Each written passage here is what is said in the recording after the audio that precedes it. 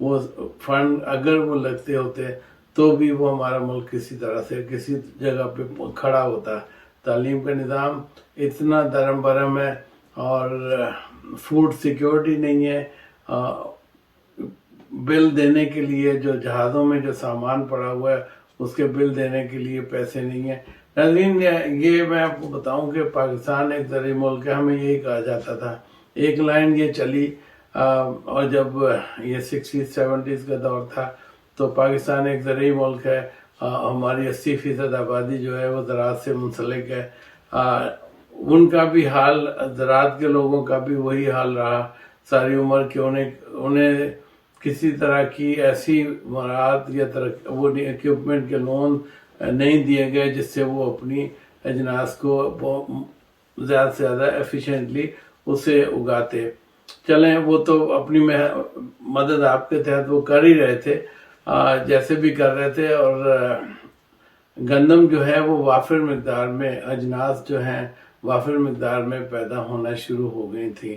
اور جب بھی ہوتی ہیں تو یہ اس گندم کو اس چینی کو اور دوسری نہ خراب ہونے والی جو سبزیاں لائک پیاز اور ادرک لہسن یہ جلدی خراب نہیں ہوتے تو ان کو بھی یہ باہر کے ملکوں میں ایکسپورٹ کر دیتے ہیں. اور پھر یہ جو وہ کارٹل جو کہ اس ملک میں قبضہ کیا ان لوگوں نے اور وہ پھر جب شارٹیج ہوتی ہے تو پھر واپس منگواتے ہیں اور اپنے ہی گوڈاؤنوں سے یا اپنے ریسورسز سے واپس منگواتے ہیں. ڈالر امریکن ڈالر اور پاکستان میں پیاز کی قیمت تقریباً ایک ہی ہو گئی ہے. 250-260 کے لگ بھگ جو ہے وہ امریکن ڈالر ہے اور پیاز بھی اتنا ہی کلو ہے. Hi, my name is Maliha. I'm a makeup artist. For any kind of makeup, any occasion makeup, party makeup, bridal makeup, you can contact me at 236-880-5058. Anywhere in Surrey, Delta, Newton, Vancouver, I'm available. Just give me a call. Thank you.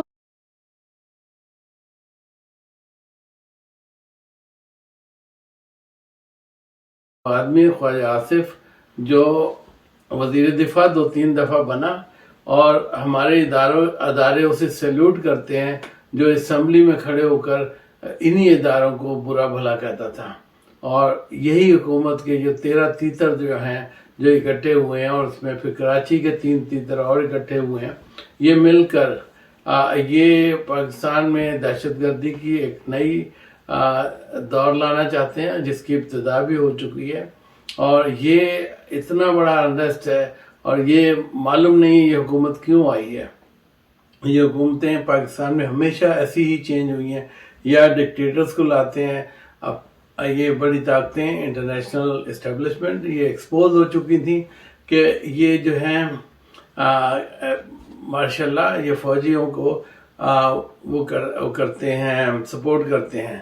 اب کیونکہ کوئی ابھی بڑی جنگ کا پیش خامہ تو نظر آ رہا ہے یوکرین کی جنگ میں پتہ نہیں کیا ہوگا تو اس طرح سے پاکستان میں انہوں نے پاکستانیوں کے اوپر ایک ایسی حکومت مسلط کی ہے جو کہ زائنسٹ اور جو ہاں اسلامی نام رکھے ہوئے انہوں نے مسلم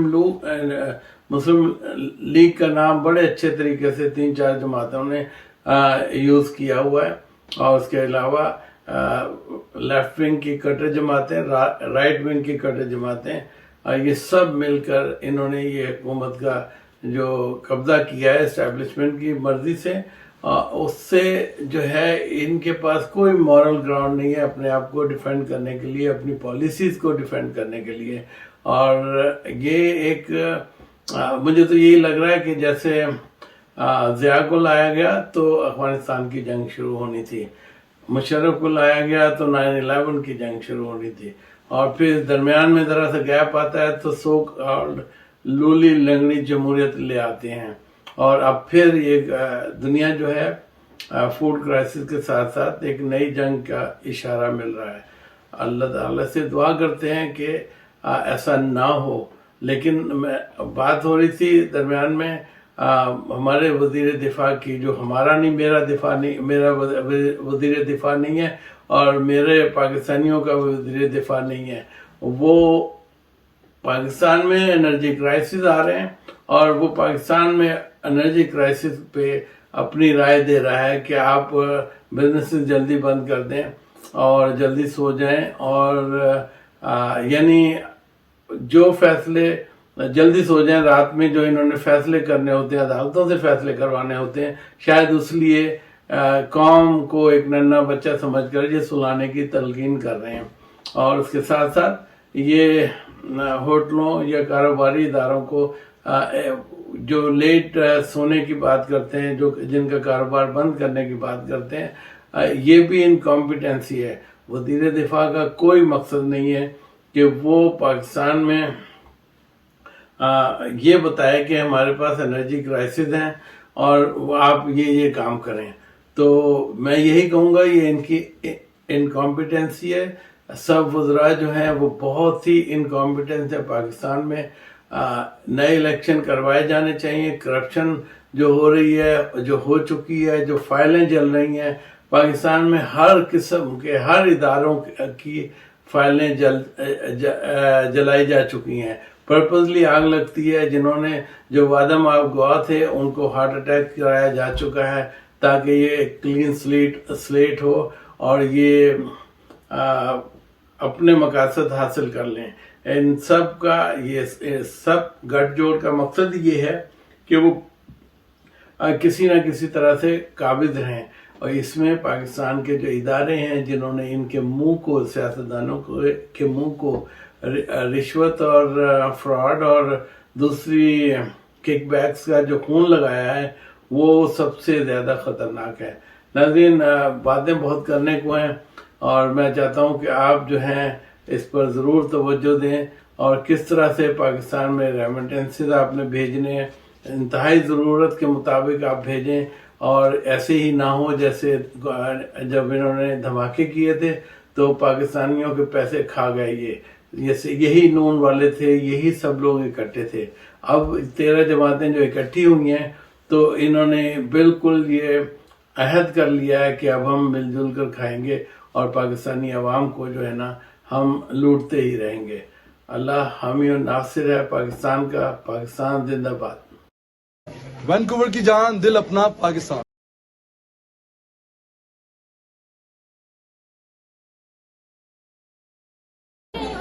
وینکوور کی جان، دل اپنا پاکستان۔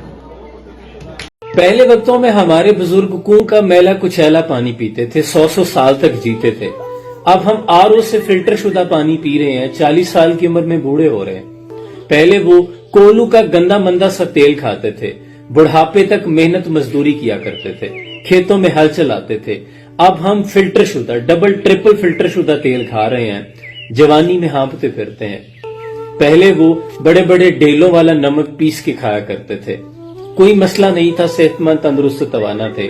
اب ہم آیوڈین، فلٹر شدہ، ریفائن شدہ وہ نمک کھا رہے ہیں، لیکن اس کے بعد بھی بلڈ پریشر لو اور تیز ہو رہا ہے۔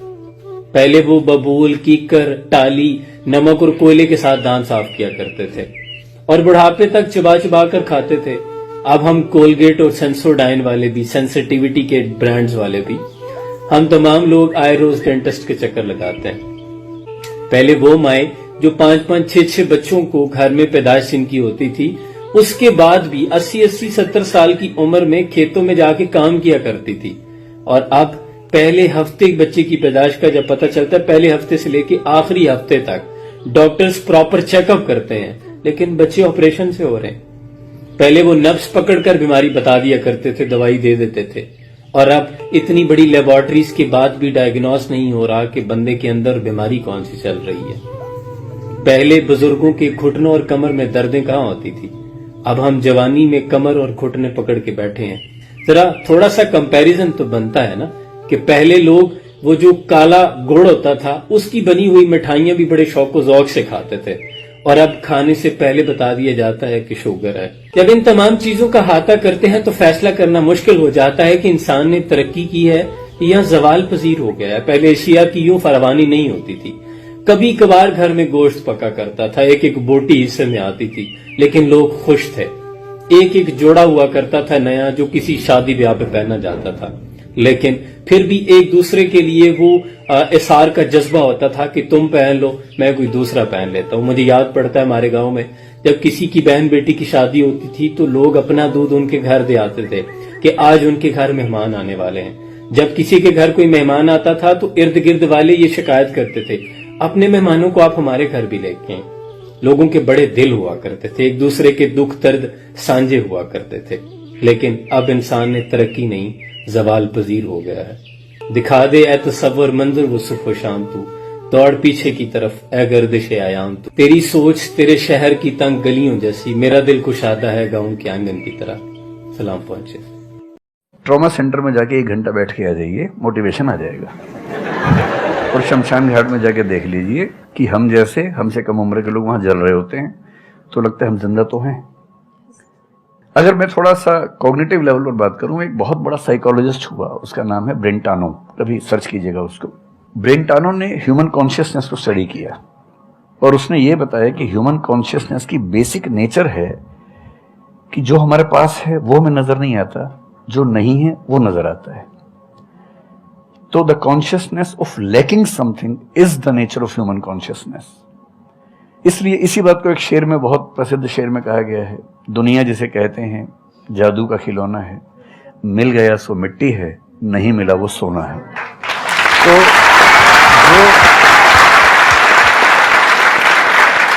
تو جو آپ کو نہیں ملے گا نا, ہمیشہ بڑا ہو کے دکھے گا, جو ملے گا چھوٹا ہو جائے گا. تو ایمانداری اس میں ہے کہ جب جب ڈی موٹیویشن اور ڈپریشن ہو, ایک کاغذ لے کے بیٹھ جائیے اور ایک طرف لکھیے میری زندگی میں ایسا کیا کیا ہے جو دوسروں کے پاس نہیں ہے. پیج بھر جائے گا پورا. تو جو ہے اس پہ دھیان دیجئے اور انجوائے کیجئے.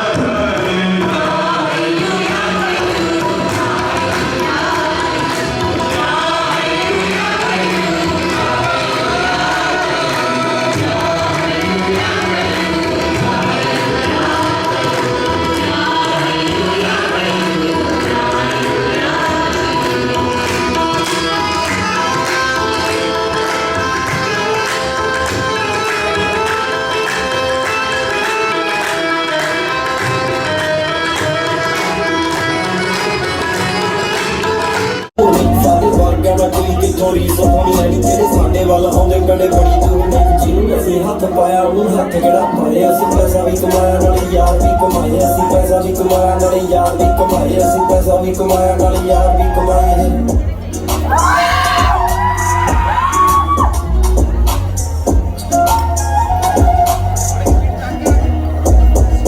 ਥੋੜਾ ਥੋੜਾ ਮੇਰੀ ਮਾਪਿਆਂ ਦਾ ਪੁੱਤ ਸੰਗ ਕੋਈ ਖਰਚੇ ਨਹੀਂ ਵਾਧੂ ਪੁੱਤ ਜੱਟ ਦਾ ਕਮਾਊ ਹੱਥ ਪਾਉ ਕਿਹੜਾ ਚੀਜ਼ ਜੋ ਪਸੰਦ ਮੈਨੂੰ ਆਊ ਅਸੀਂ ਹੱਕ ਦਾ ਹੀ ਖਾਦਾ ਹੱਕ ਦਾ ਹੀ ਸਦਾ ਖਾਊ 300 ਵਕ ਦੀ ਨੀ ਰੋੜ ਤੇ ਨਾ ਕੰਮ ਕਰ ਚੜਦੇ ਹੋ ਅੱਖਾਂ ਵਿੱਚ ਰੋਬ ਮੇਰੇ ਅਸਲੀ ਅਸੌਲਟ ਨੇ ਸੈਟਿੰਗਾਂ ਦੇ ਫੌਲਟ ਨੇ ਵਾਰਸਿਆਂ ਬਹੁਤ ਦੇ ਭਰੇ ਪਿਆ ਵਾਲਟ ਜਿਹੇ ਮੁੰਡੇ ਘੁਰ ਘੁਰ ਲੰਘਦੇ ਆ ਵੈਰੀ ਕੋਲ ਦੀ ਜਿਹਨੇ ਚੱਕੀਏ ਕੋ ਆਖੇ ਉਹਦੀ ਹੈਕ ਖੋਲਦੀ ਉਹ ਸਾਰੇ ਟੁੱਟ ਟੁੱਟ ਪੈਂਦੇ ਆ ਨੀ ਕਿੱਥੋਂ ਟਾਂਗੇ ਨੀ ਕਰੀ ਜਿੰਨਾ ਬਾਰੇ ਪਤਾ ਨਹੀਂ ਬਟੂਨੇ ਵਾਲੇ